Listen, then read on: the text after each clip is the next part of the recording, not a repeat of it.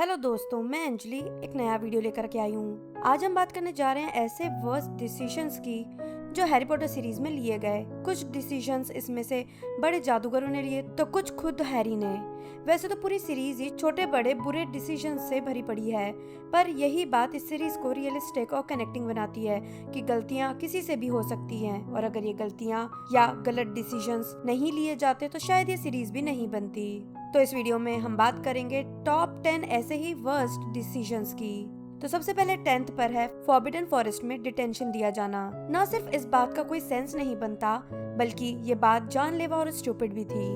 बच्चों ने रात में घूमने की गलती की और उन्हें सजा सुनाई गई, क्योंकि रात में अकेले घूमकर वो किसी मुसीबत में पड़ सकते थे। पर उन्हें फॉरबिडन फॉरेस्ट में सजा के तौर पर भेजना, वो भी उस चीज को ढूंढने जो यूनिकॉर्न्स को मार रहा है, उनका खून पी रहा है, ये तो बहुत ही बेवकूफी भरा खतरनाक सजा थी। इसका मतलब निकला कि अगर बच्चा रात में घूमने से सही सलामत बच गया, इसलिए उसे जंगल में भेजकर मरवा दिया जाए या कम से कम घायल तो करवा ही दिया जाए, तभी बच्चों को सबक मिलेगा।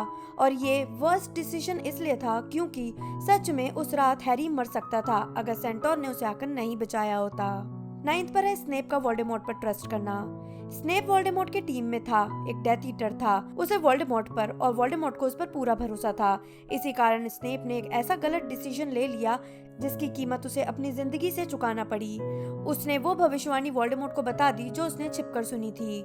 उसे पता नहीं था कि वोल्डेमॉर्ट हैरी को चुनेगा मारने के लिए, जिस कारण जेम्स, खासकर लिली को अपनी जान गंवाना पड़ेगी, जिससे वो प्यार करते थे। उन्हें अपने इस डिसीजन पर जिंदगी भर रिग्रेट रहा।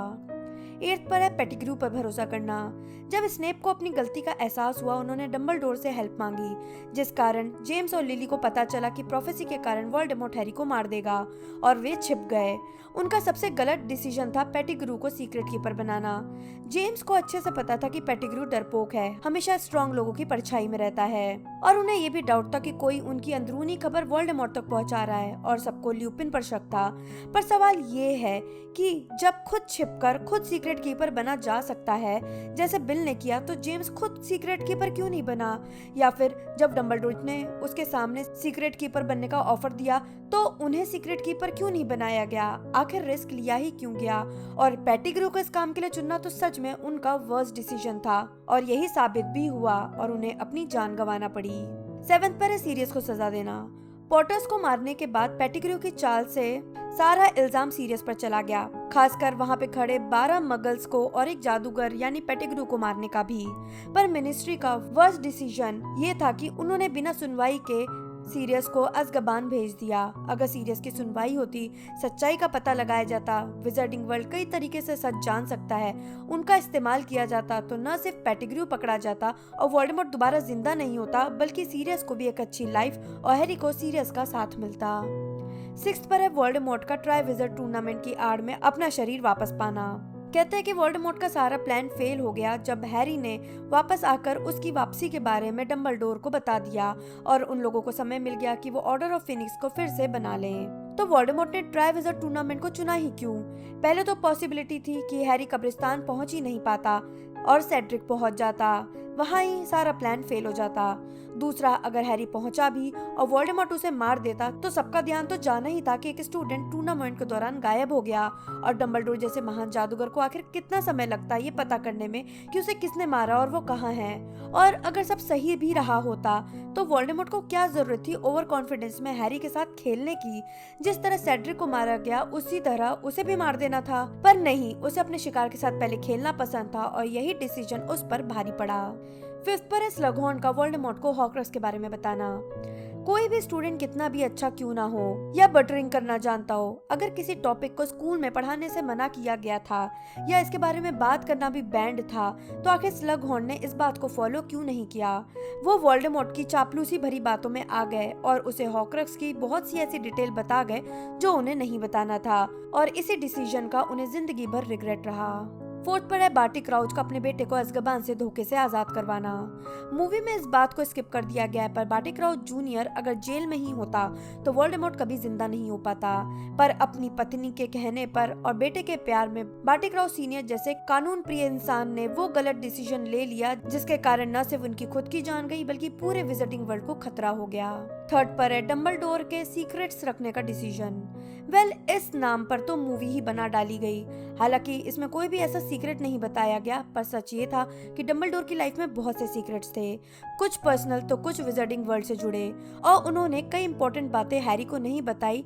ये उनका वर्स्ट डिसीजन था, खासकर 5th पार्ट में खुद को हैरी से दूर रखने का डिसीजन, स्नेप की सच्चाई न बताने का डिसीजन।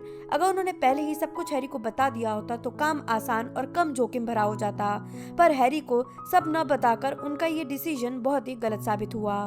सेकंड पर है वो कई सारे डिसीजंस जो हैरी ने लिए, कुछ छोटे मोटे डिसीजन जैसे यूल बॉल में पार्वती की तरफ ध्यान न देकर खुद की और उसकी रात को बर्बाद कर देना जो वो डिजर्व नहीं करती थी, बात बात पर हरमाइनी और रॉन पर चिल्ला पड़ना, हालांकि वो हमेशा उसका साथ देते थे अपनी जान की परवाह किए बिना, अपने पिता और उनके दोस्तों की तरह रूल्स ब्रेक करना जिससे वो अपने साथ अपने दोस्तों की भी जान को खतरे में डाल देता था, मिस्टर वीजली की कार चुराना जिससे उन्हें अपनी जॉब में बहुत प्रॉब्लम फेस करना पड़ी, और सबसे बड़ी गलती ऑक्लूमेंसी की क्लास को सीरियसली नहीं लेना, अपना दिमाग बंद करना नहीं सीखना, रॉन और हरमाइनी के बोलने के बावजूद वोल्डेमॉर्ट को अपने दिमाग में घुसने देना, जिसका नतीजा ये हुआ कि फेक रियलिटी दिखाकर वोल्डेमॉर्ट ने उसके सामने चारा डाला, और फिर रॉन और हरमाइनी के समझाने के बावजूद उनकी ना सुनकर वो सीरियस को बचाने अपने दोस्तों के साथ मिनिस्ट्री में पहुंच गया।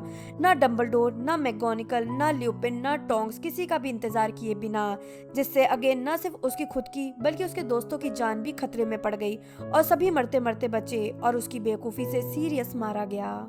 फर्स्ट पर जाने से पहले हम कुछ और डिसीजंस की बात करते हैं जो वर्स्ट कैटेगरी में आते हैं, जैसे रॉन का हैरी पर गुस्सा होना जब उसका नाम कप में आया, लास्ट पार्ट में जेलेसी और अपनी सोच के कारण हैरी और हरमाइनी का साथ छोड़ के चले जाना, बेलाट्रिक्स का जिनी पर अटैक करना जिससे मॉली भड़क गई और बेलाट्रिक्स को जान से हाथ धोना पड़ा, हैरी का ड्रेको पर सेक्टम सेम्परा स्पेल करना बिना जाने कि इस स्पेल से क्या होता है, और डंबलडोर का हैरी को डस्लीज के साथ छोड़ना। डंबलडोर इंटेलिजेंट थे, वो आराम से कोई और वे निकाल सकते थे, पर उन्होंने सबसे वर्स्ट पॉसिबल वे निकाला और हैरी को बड़े होने के लिए डस्लीज के पास छोड़ दिया। और फाइनली फर्स्ट पर है वोल्डेमॉर्ट का नासिसा को कहना कि वो हैरी को चेक करे कि वो जिंदा है या नहीं। ये डिसीजन से ज्यादा कावर्डनेस शो करता है वोल्डेमॉर्ट की। उसने खुद हैरी को चेक नहीं किया जाके, बल्कि नासिसा को भेजा, वो इंसान जो डेथ ईटर भी नहीं थी, जिसे अपने बेटे से मिलना था, सिर्फ उसी के लिए वो हॉगवर्ट्स आई थी। वोल्डेमॉर्ट ने अपने कावर्डनेस और फियर में बहुत ही गलत डिसीजन लिया और नासिसा को हैरी को चेक करने के लिए भेज दिया, जिसने झूठ बोल दिया, और फिर हम जानते हैं कि आगे क्या हुआ। अगर वो खुद जाता उसे उसी वक्त पता चल जाता कि हैरी जिंदा है, और वो या उसके साथी जो सब वहाँ थे और हैरी अकेला था आराम से हैरी को मार देते, पर अपने किए इस गलत फैसले के कारण वोल्डेमॉर्ट को अपनी जान गंवाना पड़ी। खैर, जितने भी गलत डिसीजन लिए गए हो सीरीज में, सबसे सही डिसीजन तो हम सब पॉटर हेड्स ने लिया हैरी पॉटर सीरीज देखकर, पढ़कर और इससे जुड़कर, और इस सही डिसीजन के आगे लाखों गलत डिसीजन बहुत ही छोटे हैं। आपका क्या सोचना है इस बारे में मुझे नीचे कमेंट बॉक्स में बताएं। अगर वीडियो पसंद आया हो तो लाइक और शेयर जरूर करें। मैं जल्दी नए वीडियो के साथ वापस आऊंगी, तब तक के लिए बाय बाय।